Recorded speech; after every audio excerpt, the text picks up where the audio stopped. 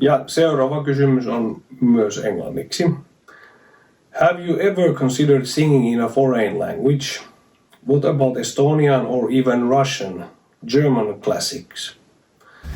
Eli suomeksi, oletko koskaan ajatellut laulaa vierailla kielillä? Ja esimerkiksi viron kielellä tai venäjäksi, saksalaisia klassikoita. No, venäjäksihän minä olen laulanut paljonkin ja jonkun verran myös saksaksi. Ja tämä on, operan tuntijat tietää tämä.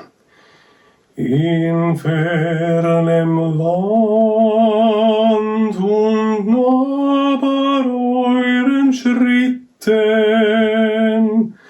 liegt eine Burg. Tämä on operasta Lohengrin ja Infernem Land, kaukaisessa maassa. Olen laulanut siis saksaksi, olen laulanut ja olen laulanut venäjäksi. Viron kielellä en ole koskaan laulanut, mutta hyvin oleellisesti liittyy tähän klassiseen musiikkiin se, että pitää laulaa vieraalla kielillä, koska operakieliä on hyvin monia niistä ehkä tunnetuin. Operakieli on italia.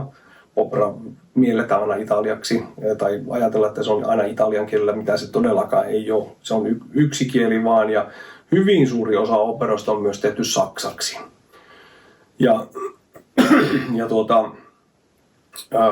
Siis olen laulanut paljon muilla kielillä ja se vaatii hirveästi harjoittelua, koska sun täytyy ymmärtää mitä sä laulat. Jotta se on uskottavaa se mitä sä laulat ja sitten sen lisäksi se pitää myös ääntää oikein. Ja sitä pitääkin harjoitella. On semmoisia kieliä, jotka on suomalaiselle aika vaikeita lausua niin oikein. Italia on todella helppoa, tai ei voi sanoa todella helppoa, mutta se on helpompaa lausua suomalaiselle jostain kumman syystä kuin esimerkiksi moni muu kieli. No, saksa on kanssa semmoinen kieli, että se on ehkä vähän helpompi kuin sanotaanko, että vaikka englanti. Mutta Venäjän kanssa mulla on ollut paljon tekemistä ja venäjäksi on laulanut paljon näitä kansanlauluja ja sitten on laulanut oopperaa todella paljon. Niin se Venäjässä on suurin haaste sitten se, että siinä on niin monenlaisia tämmöisiä konsonantteja, mitä ei suomen kielessä ole ollenkaan.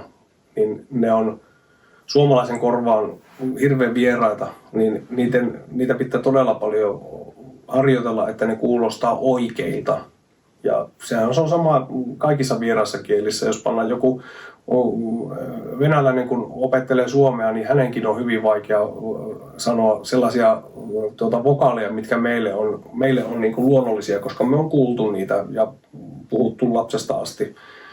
Niin aina on vieraan kielen opiskelussa on sellaisia omasta kielestä käsin, niin ei rajoittavia, vaan hankaloittavia tekijöitä, mitkä tekee sen, että se on haastavampaa se kielen opiskelu.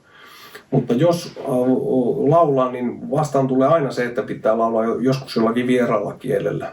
Ja se on hyvinkin niin kuin, sanotaanko, että se olisi aika outoa, jos et sä haluaisi laulaa vieraalla kielellä. Aika epäkunnioittava, varsinkin jos et sä laulat muun maalaisten tekemiä lauluja ja sitten ne vaan käännettäisiin suomeksi. Ensinnäkin kun ne kaikki onnistuu, ne ei kuulosta hyvältä suomeksi välttämättä, vaikka kuinka käännetään niitä. Ja sitten se ei olisi kauhean kunnioittavaa sitä alkuperäistä tekijää kohtaan. Näissä saksalaisissa lauluissa on kaikkein haastavinta on nimenomaan se kielen lausuminen sillä tavalla, että se on, saksa on hyvin semmoinen, siinä on semmoisia tietynlaista niin kuin aksenttia, siis semmoista aksenttia, että siitä saa selvän, niin se asettaa haasteita sitten lauluun, koska sulla ei voi ääni loppua johonkin semmoinen, se ei vaan pysty loppumaan mihinkin konsonanttiin siten, että se kuuluisi, koska sieltähän pitää tulla semmoinen virtaus sieltä, niin konsonantit loppuu N, no G loppuu esimerkiksi niin se G, se ei ole se G, se pelkkä G olisi G, niin vieraskieli asettaa sitten haasteita tuolla musiikilla. Mutta aina kun joku biisi tehdään johonkin tiettyyn kieleen alun perin, niin se yleensä on aika onnistunut sitten se alkuperäinen versio, että joitakin poikkeuksia lukuun ottamatta, niin aina ne vieraan kielen käännökset, niin ne ei ole yhtä hyviä tai sanotaanko, että ne ei ole niin onnistuneita kuin se alkuperäinen teos. Mutta joskus on sitten sellaisia tosi hienoja todella hienoja versioita tulee. Ja minusta on ollut tosi mielenkiintoista se, että näissä venäjän kielen kappaleissa niin toki niissä on muuttunut jonkun verran sanat, koska niitä ei ole voinut yksi yhteen kirjoittaa suomeksi. Se on mahdotonta kielen kääntämisen kannalta, koska laulettu teksti ei ole samaa kuin joku kirjan kääntäminen. Siinä ei tarvitse miettiä, miltä se kuulostaa, vaan sä voit ihan sanasta sanaa sen kääntää. Niin esimerkiksi Rakastan elämää on sellainen kappale, että siinä ei ole ihan sanasta sanaa samat sanat niin Venäjän ja Suomen välillä, mutta se on hyvin onnistunut. Ja sitten Unohtumaton ilta ja Moskovan valot esimerkiksi, Kuljen yksin autiolla tiellä. Näitä on paljon näitä kappaleita, niin ne on varsin onnistuneita ne sanat, mutta se pitää hyväksyä, että se ei ole aina ihan yksi yhteen ihan sama kuin mikä se alkuperäinen on.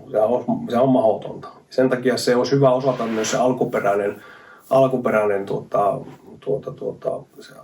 kappale. Ja mä oon joutunut opettelemaan, saanut opetella sitten nämä kappaleet venäjäksi, joita mä äsken tuossa mainitsin. Ja siellä on ollutkin sitten aikamoinen urakka, koska kun sä opettelet suomen kielellä jonkun laulun, niin sulla jää sitten vaikuttamaan se suomenkielinen ääntämys ja sitten se suomalainen tapa laulaa, koska se kieli on erilainen, niin sä voit esimerkiksi jotakin fraaseja laulaa vähän pitemmäksi ja niin poispäin. Mutta kaiken kaikkiaan, niin jos tosiaan meinaa tosissaan laulaa, niin kyllä sitä pitäisi olla valmiina, tai tosissaan. Jos haluat laulaa, niin kyllä se on hyvä laulaa mahdollisimman monella kielellä. Voin sanoa, että ranska on ollut kaikkein haasteellisin kieli lausua. Siellä on ranskalaisilla on näitä chansoneita ja sitten on myös oopera laulanut ranskaksi, mutta se on todella haastava kieli minulle. Ja se on hyvin kauniin kuulonen kieli, mutta mulle se on ollut erittäin haastava. Ja sitten on joitakin slaavilaisia kieliä, jotka on niin kuin esimerkiksi unkarin kieli ja tsekki, niin ne on tosi hankalia niin kuin, opetella jälleen kerran suomalaisen. Puhumattakaan sitten paljon harvinaisemmista kielistä niin kuin suomalaisen kannalta, mitä ei musiikissa koskaan kuule, niin kuin mennään kauemmaksi sitten Euroopasta, mutta Englanti on suomalaiselle sen takia niin vaikea kieli, koska me kuullaan jatkuvasti, kun me telkkaria katsotaan ja meillä on semmoinen kosketuspinta internetin kautta englannin kielen, niin meillä on käsitys siitä kaikilla, kun suuri osa suomalaisista nuorista on ottanut englannin ensimmäisenä kielenä. Suurimmalla osalla on käsitys tai mielikuva siitä, että mikä on oikein tapa lausua englantia. Ja se on sitten aika tympeätä, koska meillä puhutaan ralli-englannista ja semmoisesta, että pilkataan sitä toisten ihmisten ääntämystä sille englannin ääntämykselle. Se on helppo pilkata toisia sen takia, koska meillä jokaisella on oma käsitys siitä, mikä on se oikea tapa lausua sitä englantia. Kuunnellaan Amerikan englantia tai englannin englantia, jossa on hirveän suuri ero. Niin sitten joku suomalainen vääntää sitä sillä tavalla, poliitikko, niin vääntää sitä sillä tavalla, niin se joillakin sitten aiheuttaa semmoista myötähäpeän tuntoa tai puhutaan tämmöistä tankeroenglannista, mä veikkaan, että siinä suomalaisuudessa on jotakin semmoista erikoista, että kun lausutaan hyvin englantia, niin siellä on aina joku väärälle, joka sanoo, että no nyt se yrittää olla jotain muuta, mitä se on. Mutta siis eihän siinä ole niin mitään väärää, että toinen yrittää lausua sitä englantia mahdollisimman hyvin. Mutta kun se englanti sattuu olemaan vaan niin älyttömän tuttu kieli hyvin suurelle osalle, niin sen takia jokaisella on oma mielipide siitä. Jokainen osaa sanoa siitä, että no ei sitä noin lausuta tai no ei se ihan noin mene. Se on vähän sama homma, vaan joskus miettinyt sitä, kun jokaisella ihmisellä on mielipide poliisin työstä ja laulamisesta. Jokainen osaa sitä omasta mielestään tehdä niin sitä kannattaa miettiä sitäkin, että kun joku puhuu englantia ja yrittää vaivalloisesti puhua, niin ei sitä kannata toisen lausumista pilkata, koska se voi olla toiselle hirveän vaativaa. Ja nimenomaan meillä on englantiin tämmöinen erityinen suoja suomalaisilla mun mielestä, koska me kuullaan sitä niin paljon. Autopa sitten, kun joku rupeaa oikein saksaa lausumaan kunnolla tai jopa venäjää, mihin läheskään kaikilla ei ole yhtä lailla samanlaista kokemusta, niin ei olekaan semmoista, että no nyt tuo niin ollakseen, kun se yrittää sitä lausua. Niin siinä mielessä englanti eroaa hirveästi. Ja englantia on myös siksi vaikea laulaa ja musiikkia tehdä englanniksi, koska siinäkin tulee nämä ihmisten omat käsitykset, että mitä on hyvä englanti, minkä kuulostaa hyvä englanti. Niin jo hirveän suurella osalla ihmisillä on siitä, että tuo ei ole ihan niin hyvä kuin mä haluaisin se olevan tai muuta. No, kun mä oon laulannut venäjäksi sitten noita kappaleita, niin totta kai mulla on ollut venäläiset opettajat, jotka on opettanut lausumaan oikein. Mutta kun mä soimaan jonkun kappaleen, mikä mä oon laulannut venäjäksi, jonkun suomalaisen kuulee, joka ei ymmärrä venäjästä mitään, niin ei niillä ole mielipidettä siitä. Sen takia, kun ne ei ymmärrä yhtään mitään siitä ja ne on sitä vähemmän kuulostaa. Kyllä se ihan kuulostaa siltä. Niin tämä tekee hirveän haastavaksi aina vieraalla kielellä lausumisen, koska jokaisella on aina oma mielipide siitä, jos ne vähänkään tietää, että miltä sen pitäisi kuulostaa. Ja sitten se on hirveän haastavaa, koska kaikki ei ole luontaisesti ei kehtaa niin kuin esiintyä. Se ei ole kaikille niin helppoa. Niin se on tosi inhottavaa sitten, että joku käyttää tavallaan niin kuin semmoista lyömäasennoa, että nyt sä sä et lausunut sitä oikein tai muuta. Ja sitten suomalaisuudessa on semmoinen ihme juttu, että tosiaan, että jos joku yrittää oikein tosissaan sitä tehdä, niin se on mukaan ollakseen sitten jotain. Siis se on vähän hirveän hieno homma, että joku yrittää aivan täydellisesti puhua jotakin itselleen vierasta kieltä, jota se ei ole oppinut ihan lapsesta saakka. Niin se on musta semmoinen ihmeellinen vääristymä semmoinen, että no joo, että nyt se on niin mukaan hieno. Et en tiedä, onko se meikäläisessä ajatusmaailmassa joku semmoinen, että mutta mä veikkaisin, että se on aika paljon sitäkin, että kun jokaisella on se oma käsitys siitä, että miten englantia pitää lausua.